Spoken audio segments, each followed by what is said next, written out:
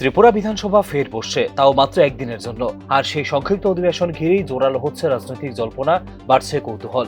আগামী 30 এপ্রিল সকাল 11টায় শুরু হতে চলেছে ত্রয়োদশ বিধানসভার নবম অধিবেশনের দ্বিতীয় পর্ব, যা কার্যত একটি লক্ষ্যভিত্তিক বিশেষ অধিবেশন বলে মনে করছে রাজনৈতিক মহল।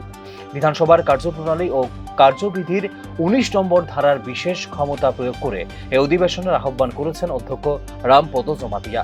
অধিবেশনের মূল আলোচ্য বিষয় হবে নারী শক্তি অধিনিয়ম বলে নিউজ নাওকে জানিয়েছেন অধ্যক্ষ রামপদ জমাতিয়া। না, এটা তো ওই নারী শক্তি অধিনিয়ম বিষয় নিয়ে আলোচনা হবে, এতটুকুই। তো এখানে এতটুকুই।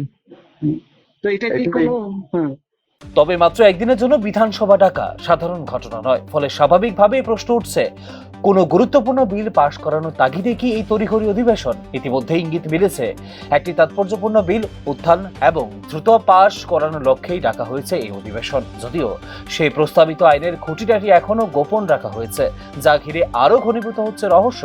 রাজনৈতিক মহলের একাংশের মতে সরকারের অগ্রাধিকারের তালিকায় থাকা কোনো গুরুত্বপূর্ণ আইন দ্রুত কার্যকর করতে না হয়েছে এই কৌশল। বিষয়টি নিয়ে সতর্ক নজর রাখছে বিরোধী শিবিরও। এত গুরুত্বপূর্ণ আইন যদি আনা হয়, তবে তা নিয়ে বিস্তৃত আলোচনা ও পর্যালোচনার সুযোগ থাকা উচিত বলে দাবি তাদের।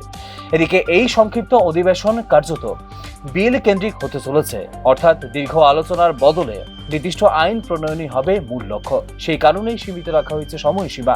বিধানসভার উপদেষ্টা কমিটির বৈঠকের পরেই পরিষ্কার হবে বিষয়টি। সব মিলিয়ে 30 এপ্রিলের এই একদিনের অধিবেশন এখন শুধুই আনুষ্ঠানিকতা নয়, বরং তা হয়ে উঠেছে একটি কৌশলগত রাজনৈতিক পদক্ষেপ। কোন বিল সামনে আসে, কিভাবে তা পাশ হয় এবং বিরোধীদের অবস্থান কি থাকবে, সবকিছুর দিকে এখন তীক্ষ্ণ নজর রাজনৈতিক মহলের। Report news now.